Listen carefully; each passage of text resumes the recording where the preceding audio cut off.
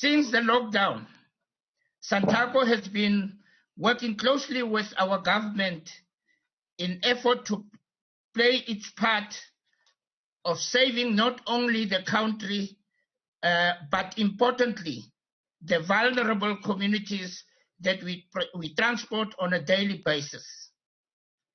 You would all remember that after the announcement of lockdown by the state president, President Cyril Ramaphosa, government regulations required the taxi industry to load 50% to achieve social distancing in the taxis, as well as general mitigation of the virus in the industry.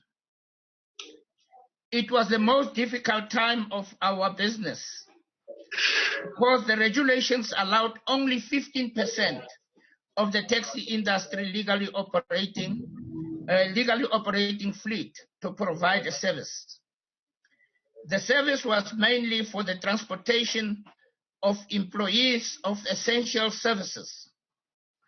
This means 190,000 taxis were not operational, but even those working were struggling to make petrol money just to keep the servicing of our commuters.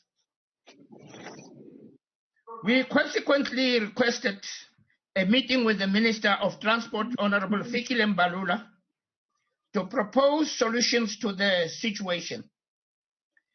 At the time, we rejected 100% proposal, and we did so based on what government told us scientifically it is a health hazard. We instead proposed a relief fund. Alternatively, that government do not drop the petrol price. You would remember it was during the petrol price increase. Do not drop the petrol price and use the money that could have otherwise been reduced as money to assist as intervention. Our proposal was outrightly rejected, and ultimately we mutually agreed to on 70%. Despite this, we were shocked to hear through the media the minister announcing 100% contrary to our agreement. Again, at that time, we expressed publicly our objection. But even with the 70%, it must be clarified that it was merely a compromise. But critical to note, the taxi operator was not making any profits from this. This being the case, our commuters still expected us to sanitize vehicles in terms of government regulations and ferry them to their destination without fail. We did that, and all the time we did that. We were and still are the only mode of transport that has not received any subsidy from government. Ironically, during this lockdown period, it has been us as the taxi industry doing government work. It has been the taxi industry now literally subsidizing the commuters. About two weeks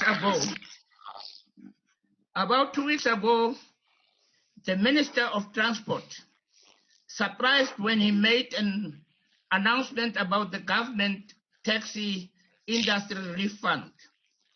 Following our meeting with him, it was our expectation that he will afford us to engage with our constituency and give a report to that effect.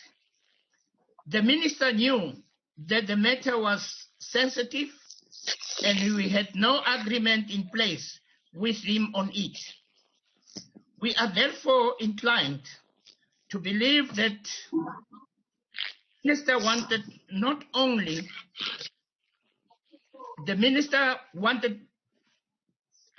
but that he also wanted to canvass his own understanding of what he was doing, but he also wanted to canvass, to canvass his understanding, which he wanted South African public against the taxi industry and projects us as unreasonable for not accepting the 1.135 billion rands. The minister also continued to make wrong statements about us, which for a long time we avoided responding to. But we want to appeal to the Minister of Transport to please refrain from misleading the public about the taxi industry, because so far we have been at pains to contain ourselves from responding to some of these misleading statements. Today, however, I would love to put some of this into perspective. The announcement of the minister on the taxi industry relief does not reflect the spirit of our negotiations with him. Nothing that he said was finalized. Parties agreed to engage further. I want to draw three issues from there to explain the position of the taxi industry. Taxi industry relief fund. The taxi industry relief fund. The taxi industry do not accept the relief fund offered by government, and we feel for the sacrifices that the taxi industry has endured since lockdown started. The offer is just a clear demonstration of what this government thinks about the taxi industry.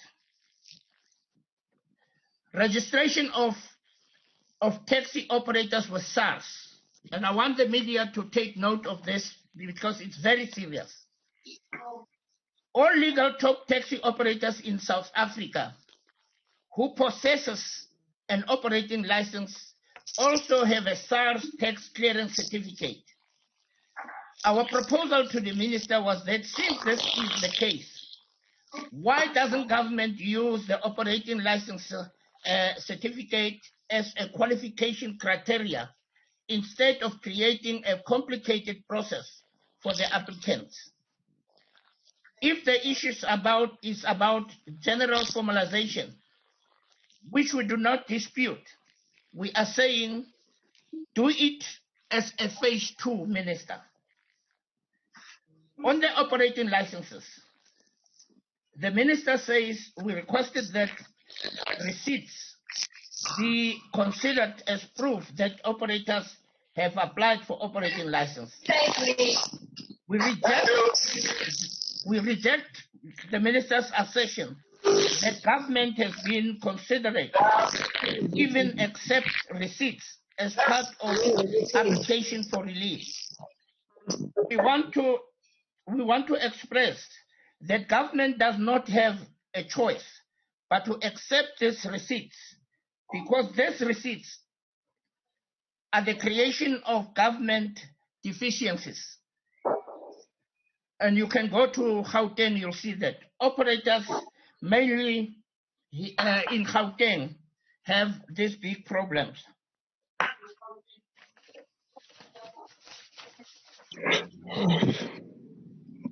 It's now more than a year that operators have been waiting for their operating license. The license system in Gauteng has been a problem for years, leaving many operators without the necessary legitimate documentation.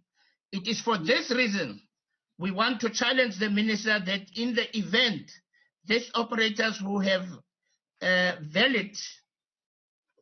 waited for years do not get their licenses, SANTACO will have no choice but to approach the courts for intervention. It is unfair for operators to be punished for a waiting period that is outside the legislation. Government does not have I have basis for this. Having said this, colleagues and media, let me now give you the decision of SANTACO and its leadership in the taxi industry in the country. On the meeting we held last evening, yesterday on Saturday. This meeting came after the Minister of Transport postponed our planned meeting with him for the third time. I must also say that even after our meeting as a leadership, the ministry did again schedule a meeting for 1 p.m. today, just before midnight, which meeting we agreed to. Again in the morning, the minister postponed our meeting for the fourth time. It has become clear the minister does not appreciate the gravity of the situation and the frustration of the people on the uncertainty of their only source of livelihood. In light of this, in the meeting last night, we declared it would be irresponsible for SANTACO to put the fate of the taxi industry in the hands of postponements.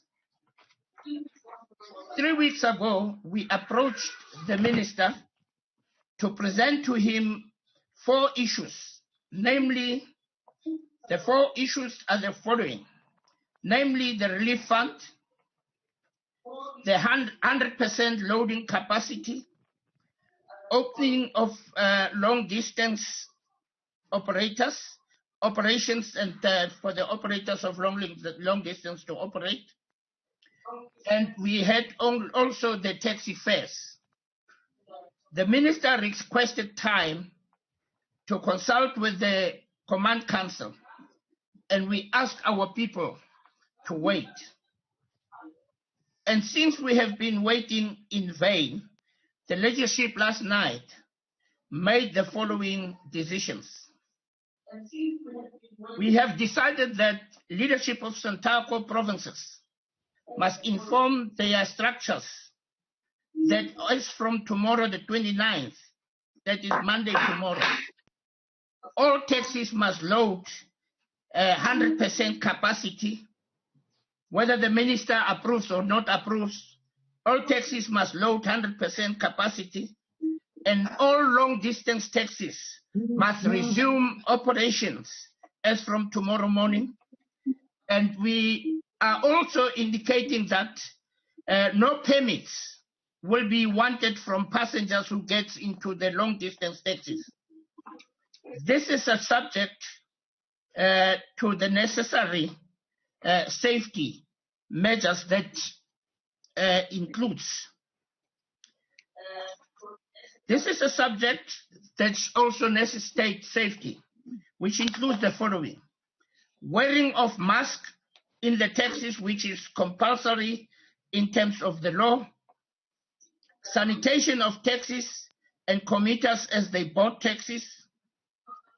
For long-distance operators, and I want media to listen very carefully here, we say for long-distance operations, marshals must ensure that all boarding commuters are screened and recorded, and that a proper filing system is kept safe.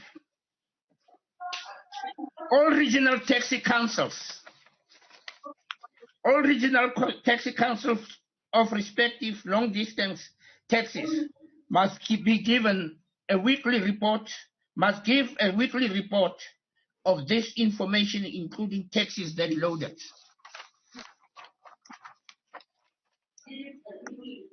Associations must ensure taxi drivers do not load beyond the taxi legal loading capacity, which means that no taxis will overload. If the certificate or the vehicle says 15, it will be 15 passengers plus the driver. We know what we mean. It will not be exceeding the number that is on the certificate. Taxis and drivers Taxis and drivers must also ensure sanitation at the end of work, which means when they knock off, they must ensure that they sanitize themselves and they disinfect the taxis. We have taken this decision against the frustration and lack of direction from government. We are aware that law enforcement will want to impound our taxis. Our vehicles have been impounded since day one of the lockdown with a charge of at least 5,000 rand. If you want to release your taxi, a charge of 500 rand if you want to release your taxi. We have complained about this wrongful impoundment to the minister, and nothing has been done to this day. Tomorrow we will not accept any form of impoundment. Operators will have no option but to park all their taxis countrywide until the impounded taxis are released and we are allowed to continue with our work. I think I must repeat that one. No taxis will be impounded. And if any taxi is impounded, all taxis in South Africa will come to a halt until all the taxis that are impounded, even that one, is released. This government found us here with our own struggles, promised us subsidy for 26 years, with every coming in minister just telling us the same story and giving us the same reminder. Today, the current minister expressed the same empty commitment made by his 7 predecessors. All of them, and you can go to Parliament, you will find that they have all put dates when the subsidy will start in the industry. All 7 of them, and nothing has happened to today. We expect 100% loading capacity to be maintained, long-distance operators to continue uninterrupted, and the relief to be reviewed. Nothing less than this. We have complied for 26 years with every law announced by government in the name of formalization. 26 years later, we have not seen any benefit of this formalization except operators losing their business and only livelihood. I therefore want to thank all the taxi drivers, taxi operators, queue marshals, and all the commuters who have given us support during this time, who continues to make our business to function and ferry our people on a daily basis. I want to thank them for complying with all directives we gave them, the directives of government laws, despite the difficulties they found themselves in.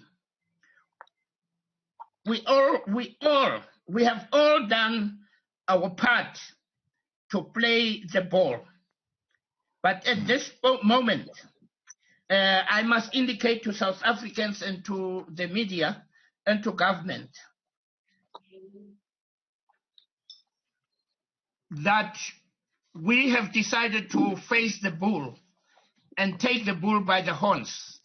Whatever comes should come, but we cannot continue to have postponements of our business. We cannot have postponements of our work. We cannot have postponement of our livelihood.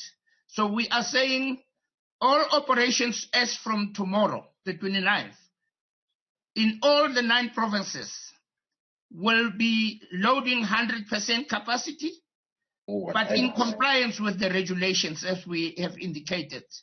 And all the long-distance operations will resume their duties with compliance to the lockdown regulations. I want to thank you for having listened to us and for having given us this opportunity to indicate to South Africans what the position of the taxi industry is.